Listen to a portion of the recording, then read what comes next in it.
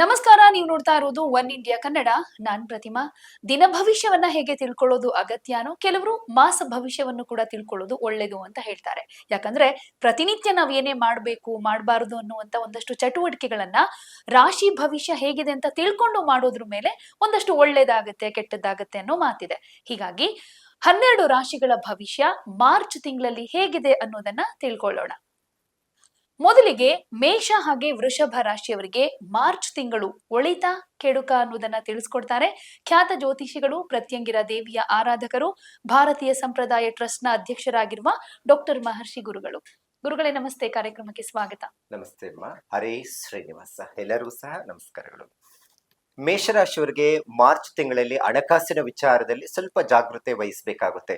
ಇಲ್ಲೋ ಒಂದು ಕಡೆ ಹಣದ ಅಭಾವ, ಖರ್ಚುಗಳು ಜಾಸ್ತಿ ಆಗುವಂತ ಸಾಧ್ಯತೆ ಇರುತ್ತೆ. ಯಾಕಂತ ಹೇಳಿದ್ರೆ ರಾಷ್ಟ್ರಾಧಿಪತಿ ಏಕಾದಶ ಸ್ಥಾನದಲ್ಲಿ ಶತ್ರುಸ್ಥಾನವಾದಂತಹ ಸ್ಥಾನದಲ್ಲಿದ್ದು ಬುಧ ಮತ್ತೆ ರಾಹುವಿನ ಜೊತೆ ಸಂಯೋಗ ಹೊಂದಿರುವುದರಿಂದ ಒಂದಷ್ಟು ಹಣಕಾಸಿನ ವಿಚಾರದಲ್ಲಿ ತೊಂದರೆಗಳು ಉಂಟಾಗುವಂತ ಸಾಧ್ಯತೆ ಇರುತ್ತೆ.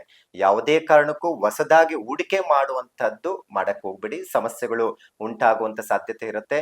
ಮತ್ತೆ ಹಣದ ವಿಚಾರದಲ್ಲಿ ಸರಿಯಾದಂತಹ ಒಂದಷ್ಟು ಸಮಯಕ್ಕೆ ಬರ್ಬೇಕಾಗಿರುವಂತಹ ಹಣ ಬರೋದು ಬಹಳ ಕಷ್ಟ ಆಗುವಂತದ್ದಿರುತ್ತೆ. ಇನ್ನು ಮೇಷರಾಶಿಯವರಿಗಂತೂ ಮಾರ್ಚ್ 14ರ ನಂತರ ವ್ಯಯಸ್ಥಾನದಲ್ಲಿ ರವಿ, ಶುಕ್ರ ಮತ್ತೆ ಅದ್ರ ಜೊತೆಗೆ ಶನಿ ಸಂಯೋಗ ಆಗ್ತಾ ಇರೋದ್ರಿಂದ ತಂದೆ ಮತ್ತೆ ಮಕ್ಕಳ ನಡುವೆ ಒಂದಷ್ಟು ಸಮಸ್ಯೆಗಳು ಉದ್ಭವ ಆಗುವಂತದ್ದಿರುತ್ತೆ. ಅಂದ್ರೆ ಚಿಕ್ಕ ಪುಟ್ಟ ವಿಚಾರದಲ್ಲಿ ಕಿರಿಕಿರಿ ಮಾಡ್ಕೊಳ್ಳೋದು, ತೊಂದರೆ ಮಾಡ್ಕೊಳ್ಳುವಂತ ಸಾಧ್ಯತೆ ಇರುತ್ತೆ. ಸ್ವಲ್ಪ ಜಾಗೃತೆ ವಹಿಸ್ಬೇಕಾಗುತ್ತೆ. ಮತ್ತೆ ದೂರದ ಪ್ರಯಾಣ ಹೋಗುವಂತ ಸಾಧ್ಯತೆ ಇರುತ್ತೆ. ಅದರಲ್ಲಿ ವಿದೇಶಕ್ಕೆ ಸಂಬಂಧಪಟ್ಟಂತದ್ದು ಏನಾದ್ರೂ ಪ್ರಯತ್ನ ಮಾಡ್ತಾ ಇದ್ದೀರಾ ಅಥವಾ ವಿದೇಶದಲ್ಲಿ ಏನಾದ್ರೂ ವ್ಯವಹಾರವನ್ನ ಇಟ್ಕೊಂಡಿದ್ದೀರಾ, ಉದ್ಯೋಗದ ವಿಚಾರದಲ್ಲಿ ಅಥವಾ ಹುಡುಕಾಟದಲ್ಲಿ ಇದ್ದೀರಾ ಅಂತ ಹೇಳಿದ್ರೆ ಒಂದಷ್ಟು ಅನುಕೂಲ ಆಗುವಂತದ್ದಿರುತ್ತೆ. ಅಂದ್ರೆ ವಿದೇಶದಲ್ಲಿ ಕೆಲಸ ಸಿಗುವಂತ ಸಾಧ್ಯತೆಗಳು ಹೆಚ್ಚಾಗಿರುತ್ತೆ. ಇನ್ನು ಶುಕ್ರ ವ್ಯಯಸ್ಥಾನದಲ್ಲಿ ಇರೋದ್ರಿಂದ, ಅದರಲ್ಲಿ ಪರಮೋಚ್ಚ ಸ್ಥಾನದಲ್ಲಿ ಶುಕ್ರ ಇರೋದ್ರಿಂದ ಸಂಪಾದನೆ ಎಷ್ಟಿರುತ್ತೋ ಖರ್ಚುಗಳನ್ನು ಸಹ ಅಷ್ಟೇ ಆಗುತ್ತೆ. ಸೊ ಹಾಗಾಗಿ ಸ್ವಲ್ಪ ಖರ್ಚುಗಳ ಬಗ್ಗೆ ಹೆಚ್ಚು ಗಮನ ಕೊಡುವಂತದ್ದು ಒಳ್ಳೇದು. ಏನ್ ಮಾಡ್ಕೋಬಹುದು ಅಂತ ಹೇಳಿದ್ರೆ, ಸಾಧ್ಯವಾದಷ್ಟು ಪ್ರತಿನಿತ್ಯ ಮಾಡ್ಲಿಕ್ಕೆ ಆದ್ರೇನು ಮಾಡಬಹುದು, ಅಥವಾ ಪ್ರತಿ ಶುಕ್ರವಾರದಂದು ಮಹಾಲಕ್ಷ್ಮಿಯನ್ನ ಪ್ರಾರ್ಥನೆ ಮಾಡ್ಕೊಳ್ಳೋದು ಅಥವಾ ಲಕ್ಷ್ಮೀ ಬೀಜಾಕ್ಷರ ಮಂತ್ರವನ್ನ ಪಠನೆ ಮಾಡ್ಕೊಳ್ಳೋದ್ರಿಂದ ಈ ಮಾಸದಲ್ಲಿ ಬರುವಂತ ಸಮಸ್ಯೆಗಳು ದೂರ ಹೋಗ್ಲಿಕ್ಕೆ ಸಾಧ್ಯ ಆಗುತ್ತೆ.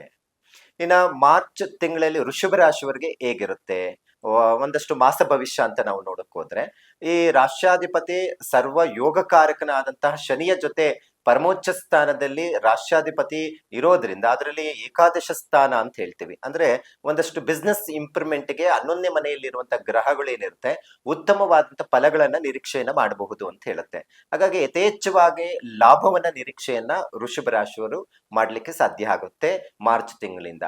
ಮತ್ತೆ ಹಣಕಾಸಿನ ವ್ಯವಹಾರದಲ್ಲಿ ದೊಡ್ಡ ಮಟ್ಟಿಗೆ ಬದಲಾವಣೆ ಆಗುವಂತ ಸಾಧ್ಯತೆ ಇರುತ್ತೆ.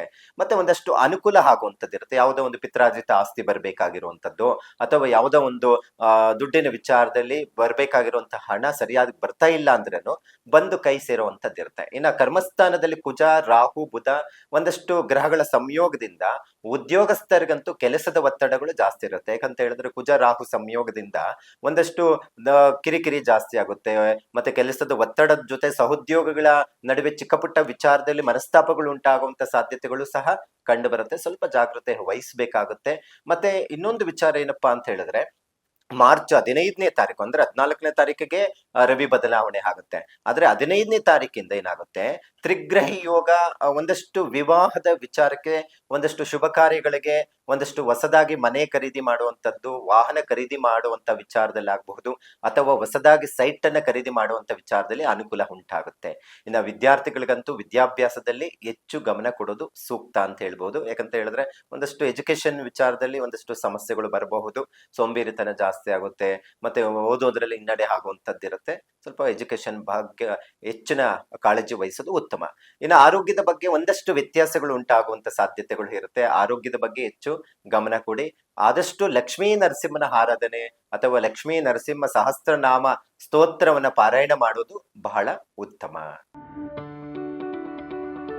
ಯಾವುದೇ ಸುದ್ದಿಯ ಅಪ್ಡೇಟ್ ಅನ್ನ ಮಿಸ್ ಮಾಡ್ಕೊಳ್ಬಾರ್ದು ಅಂದ್ರೆ ಈಗ್ಲೇ ಒನ್ ಇಂಡಿಯಾವನ್ನ ಸಬ್ಸ್ಕ್ರೈಬ್ ಮಾಡಿ. ನಿಮಗೆ ಬೇಕಾದ ಭಾಷೆಯಲ್ಲಿ ಎಲ್ಲಾ ಸುದ್ದಿ ತಿಳಿಬೇಕು ಅಂದ್ರೆ ಒನ್ ಇಂಡಿಯಾ ಆಪ್ ಅನ್ನ ಡೌನ್ಲೋಡ್ ಮಾಡ್ಕೊಳ್ಳಿ.